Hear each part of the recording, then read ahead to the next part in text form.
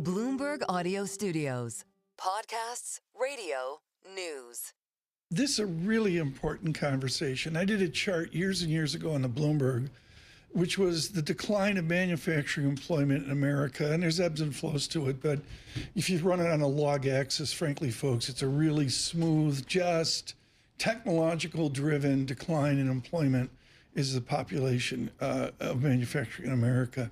Jay Timmons is the CEO of the Group for Manufacturers, the National Association for Manufacturers. As we mentioned, he's out of the Ohio State. He's done a lot of work for various political types of North Carolina and is driving the voice of manufacturers. What's the number one thing, Jay, the president gets wrong about manufacturing in America? All the stereotypes that are out there, what's President Trump most get wrong? You know, I think that what a lot of Americans get wrong is that manufacturing is a very modern, technology-driven operation, and it is not the manufacturing that you might think about from your father or grandfather's days. This is something that has a different type of skill set that's required, and so manufacturers right now are investing a lot in training that next generation of the manufacturing workforce. I saw a chart yesterday that showed the complete Lockean philosophy, folks, of individualistic America, the complete failure of America to retrain the workforce after the last 40 years. Lighthizer, among others, has been great on this. How in God's name do we start acting like Europe and actually retrain manufacturing types put out of work? So let's not act like Europe completely when it comes to manufacturing, but I agree with you that they have some really good apprenticeship programs, and we're pretty proud of our apprenticeship work that we do at the National Association of Manufacturers through the formerly known as the Toyota FAME program. So we were spreading that across the country. I think what we really need to focus on, though, if we truly want to grow manufacturing investment here in the United States, we've got to make things less expensive here in this country. So by that, I mean our tax policy. 2017, those tax reforms, they were, as President Trump said, rocket fuel for manufacturing investment, hiring, wage growth in our industry. Those things are expiring, and we need to get those renewed, and so we're waiting for Congress to do that. The regulatory burden is another big cost driver, about $50,000 per employee per year in compliance costs for manufacturers. Should we do credits like LBJ a million years ago? Just do direct credits to manufacturing? I think, I think tax policy is actually, that would help drive that investment, right? So if you have lower tax rates and you're able to compete against the rest of the world, that's really where I think we want to settle. What types of manufacturing jobs do we really want to bring back to the U.S.? Do we want to bring textile mills back to the U.S.? What do we want to bring back? So I do think that the narrative that the manufacturing workforce is in decline is actually a false narrative. We're right now at about approaching 14 million manufacturing employees. That's been pretty stable for the last decade. It is stable in the last 6, 7, 8 years. I'll give you that. Yeah, but we want to grow it, right? We want to grow that here. And so those jobs, and I appreciate the question, those jobs are really very, very different than in the past. So highly technical jobs. So we want people to be trained with a very different set of skills than perhaps even 5, 10 years ago, right? And so to your very first question, that falls on manufacturers to invest in training their workforce. And I'm pretty proud of what we are doing in the sector right now to accomplish exactly that. So we need those economic policies that help facilitate that. So it seems like, a lot of folks are now questioning the value of a college education. And a lot of folks are saying, boy, trade schools are really what we need. Talk to us about trade schools. You're just so lucky to have an Ohio State person here. Come on. Talk to us about the trade schools they're becoming extraordinarily important in the manufacturing sector. But I also want to say that we have something for everyone in manufacturing. Right. Probably about 45% of the jobs in manufacturing require nothing more than a high school degree. But there are positions that require a 4-year degree or technical training, even advanced degrees, all across the board. I want to go to the Paul's motion, and I'm going to double barrel here. The Financial Times I'm sorry, I can't cite the author. It was one of their great newsletters.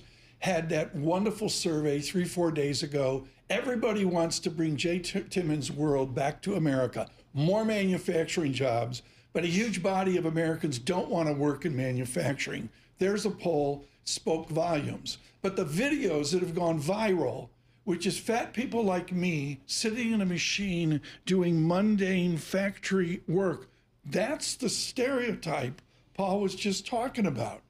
I mean, the fear is you got some 400, 600, 800 people outside Hong Kong doing make work. Do we want to bring those jobs back here? So I want to grow the types of jobs we have here in this country. And I know it sounds kind of trite to say, but I love opening up the doors to manufacturing facilities for young people. My daughter, Ellie, is traveling with me this week. It's her spring break. And we've been able to go into a couple of plant floors, and I think her eyes were opened about the possibilities in manufacturing. Those jobs are pretty exciting. They change constantly, and they provide really a lifelong and Did President Biden advance that with all his legislation? I think that the CHIPS and Science Act was very important for this country. I think that the investments that we made in infrastructure were very important for this country. And in the IRA bill that was passed, there were some policy provisions that we thought were very important as well. So, look, I mean, manufacturing changes. And I'm not going to sit here and say that, you know, manufacturing is a Republican industry or a Democratic industry. It's an American industry. And when manufacturing succeeds... You've been in the trenches of the Capitol. I mean, what you just said, is that apt that Republicans and Democrats are on the same page? I think every single person I talk to, I don't care if they're Republican or Democrat, they want to see manufacturing succeed. Now, having said that... Even people that went to the University of Michigan? That's still out for debate. But listen, I understand that there are different philosophies on how to accomplish that. But I can tell you from when I talk to manufacturing leaders, what they say is reduce the cost of doing business here in the United States and we will flourish. And when either side or both sides focus on that, that is exactly what we'll see in this country. The cost of production, the cost of manufacturing in the U.S., my understanding from 60 years on this planet in business education is that it's higher here, materially higher here than the rest of the world. That's why the jobs went to other places around the world. Can the U.S. compete on a cost basis, manufacturing-wise, do you think? Yes, and they how can. do we do that? And listen, some people will say, oh, well, the cost of labor. You know what? Don't give me that. I want to pay our people more. I want our people in this country to be paid more. If we're going to do that, that means that we've got a lower cost that we actually have control over. And I sound like a broken record, but I'm going to go back to tax reform. 2017, those reforms were rocket fuel. And now we have members of Congress saying, well, maybe we don't have to do quite as much as we did before. Maybe we can raise taxes on small businesses. No, that's not going to work.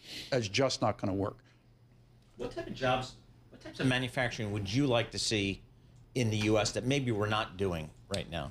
Actually, we're doing almost everything. I just want to do more. Can we make an iPhone here versus we haven't, Foxconn in China? I believe that those are the types of jobs that you'll see coming here with the right policies, How do you respond Technology, production. Yep.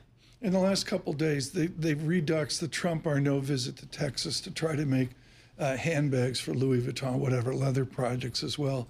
How do you respond to the stereotype Americans can't do the fine work that we get out of Asian manufacturing employment? I'll give you one example. Gretsch, now owned by Fender, makes White Falcon guitars in Japan.